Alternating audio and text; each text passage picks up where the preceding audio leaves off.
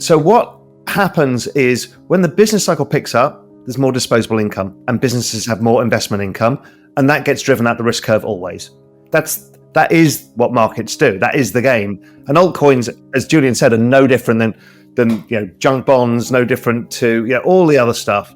It's all the same trade. So it feels like it's all to come for us. We don't see anything that suggests it's not going to happen. And we talked about before, the size of what's happening with global M2 and the dollar moves and stuff like that are very big. So no reason to expect that the move in asset prices is probably more than people expect. And I think the inverse to the business cycle being so low for so long will be the flip side of this cycle will be longer than people expected. Raoul Pal presents a compelling macro thesis based on the idea of global liquidity cycles. In the current secular trend, he explains, central banks and governments are forced to keep pumping money into the system because debt levels are so high, because the entire economy that is dependent on debt collapses if they quit. In order to track our position in the cycle, Raoul focuses on the function of central bank balance sheets, real rates, and forward-looking economic indicators. Financial circumstances are easing once more, he observes, indicating that risk on behavior is returning to international markets. Meanwhile, excessive credit card debt, expensive housing, and slow income growth continue to put a strain on regular consumers. However, this is the turning point, according to Raoul. Capital is actively seeking returns as inflation levels down and liquidity improves. This entails going up the risk spectrum from bonds to stocks to cryptocurrency. As the cycle shifts, Bitcoin, Ethereum, and other cryptocurrencies in particular may see tremendous growth. If you're intrigued by bold predictions and deep financial insights, make sure to like this video, subscribe to the channel, and turn on notifications for more engaging content. Thank you for your support and enjoy the video. Yeah, into Q2 of next year.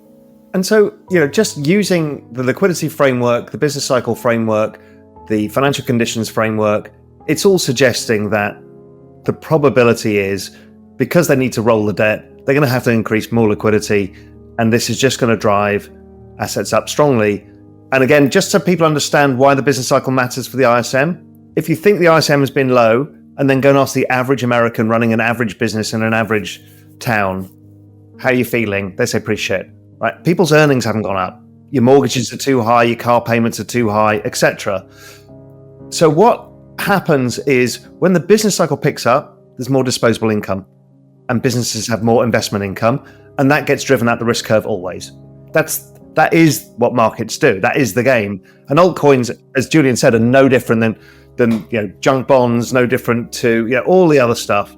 It's all the same trade. So it feels like it's all to come for us. We don't see anything that suggests it's not going to happen. And we talked about before, the size of what's happening with global M2 and the dollar moves and stuff like that are very big. So no reason to expect that the move in asset prices is probably more than people expect. And I think the inverse to the business cycle being so low for so long will be the flip side of this cycle will be longer than people expected, because we've got this slight dislocation still working through post-COVID that then extends the business cycle.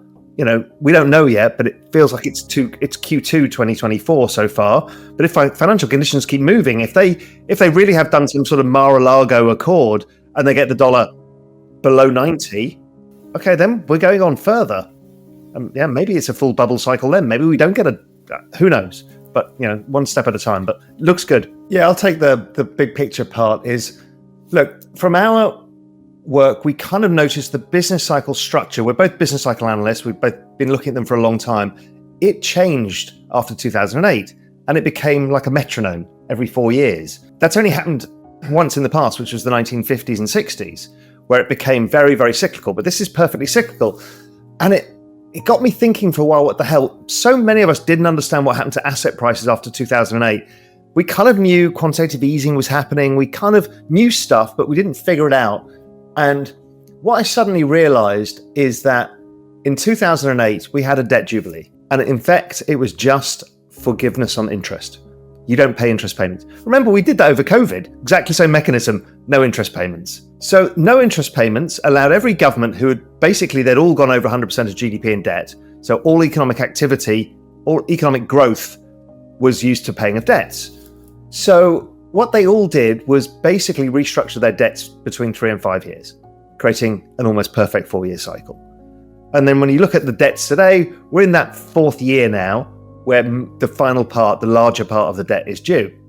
And what we found is they start injecting liquidity over a period of 3 years, reaching maximum liquidity. That liquidity injection never really gets taken back. Some gets taken back in the bear market years when they're withdrawing liquidity, raising interest rates, trying to slow the economic cycle because of inflation or whatever. But over time, liquidity keeps rising. It's rising at a rate of about 8% a year.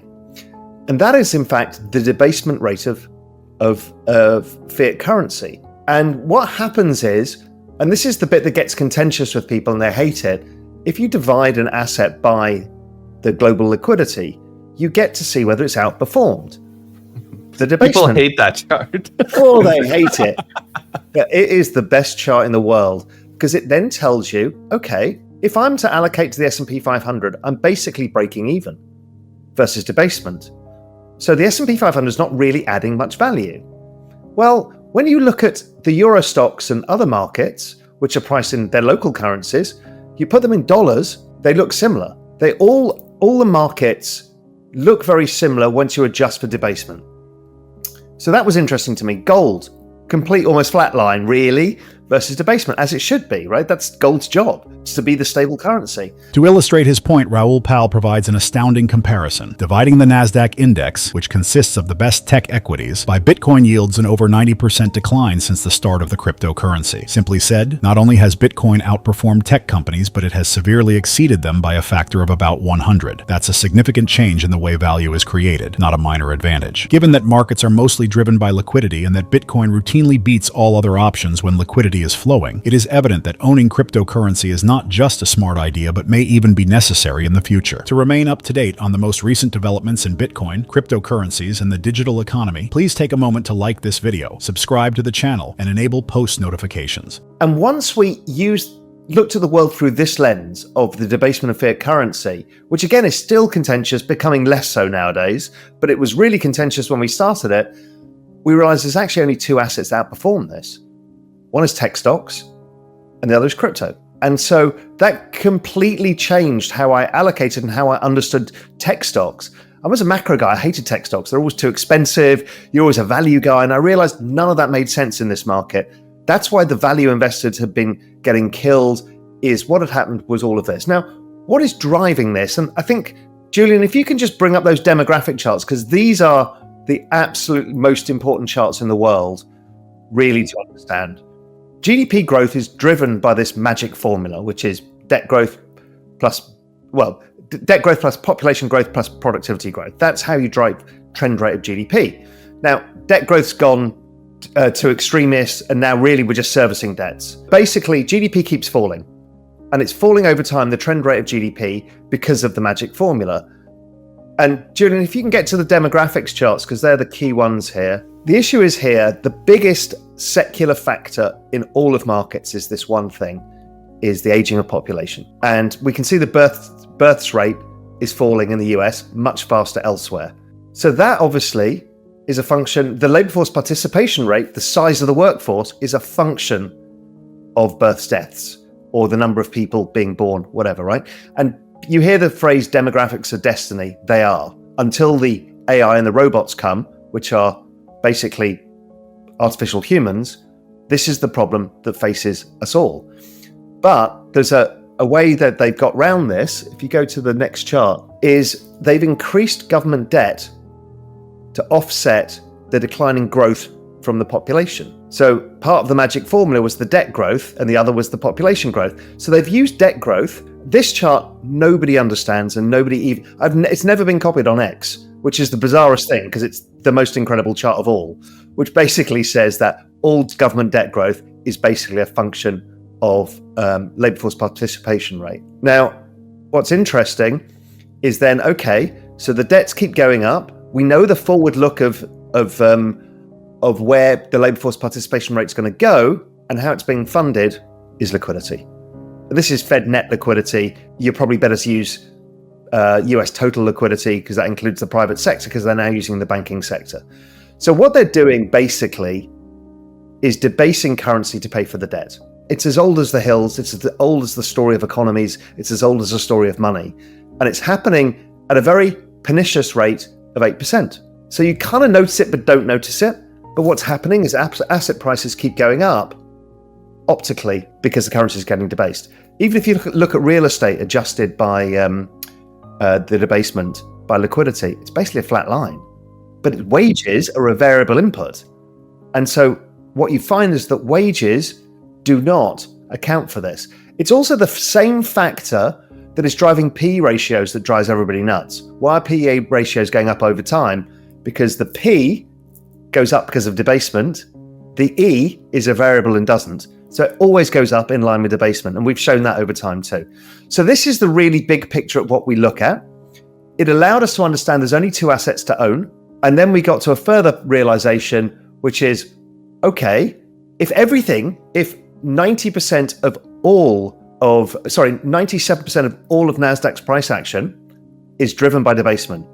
It's the strongest factor we've ever had in any macro regime in history. Okay, great. That makes macro super easy. For crypto, it's 90%. So we've basically got a factor that's so powerful that nothing else matters. Brilliant. So then let's take the NASDAQ. If we've got one force, one economic force, we take the NASDAQ, we divide it by by Bitcoin, it's down 99.97%. So you kind of get one asset allocation only, which is crypto, which is bizarre.